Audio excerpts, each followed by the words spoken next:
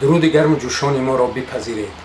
همزبانان همزمان دور و نزدیک، هواداران کلام ناب فارسی دری تاجیکی، اکنون آمدیم به گفتار 27م، داستان افسونگری آزمودن سرو بر پسران فریدون.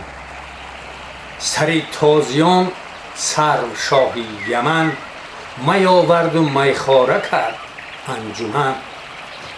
برامیش براست و بگشاده لب، همه خود تا تیره تر گشت شب.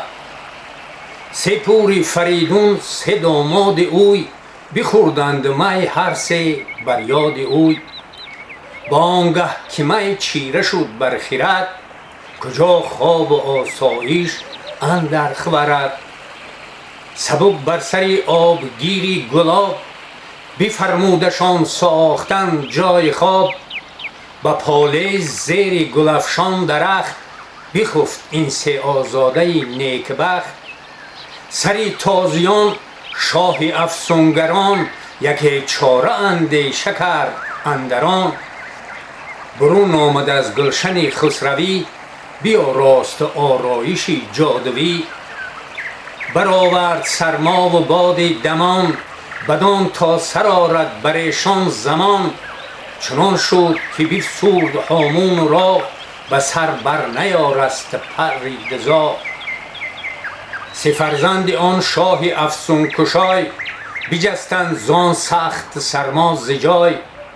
بدان ایزدی فر و فرزانگی، به افسون شاهان و مردانگی.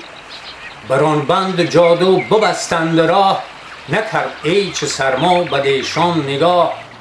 چو خورشید برزد سر از تیغ کوه، بیامد سبوک مرد افسون پژوه. به نزد سه داماد آزاد مرد، که بیند رخانشان شده لاجورد. فسرده به سرما و برگشته کار، بمانده سه دختر بدو یادگار. چنین خواست کردن بدیشان نگاه، نه بر آرزو گشت خورشید ماه. سه آزاده را دید چون ماه نو، نشسته بر آن خسروی گاه نو.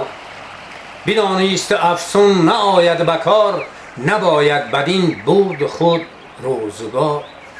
نشستنگه ساخت شاه یمن، همه نامداران شدند انجمن.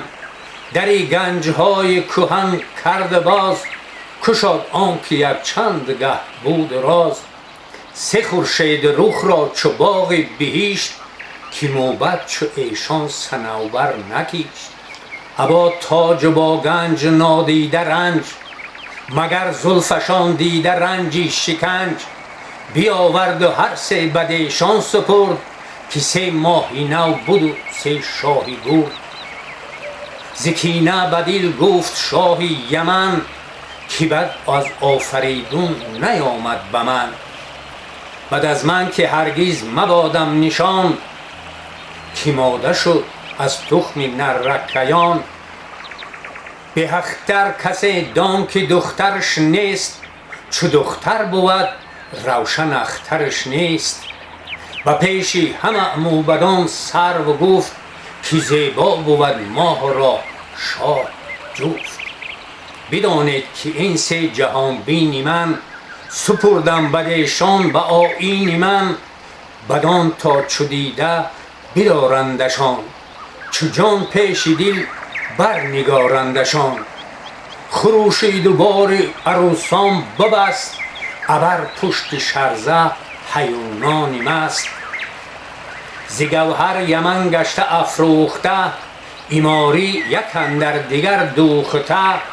چو فرزند باشد با آیین و فر، ایماری به پشت هیونان مست. چنان چون بود ساز و آیین ببست.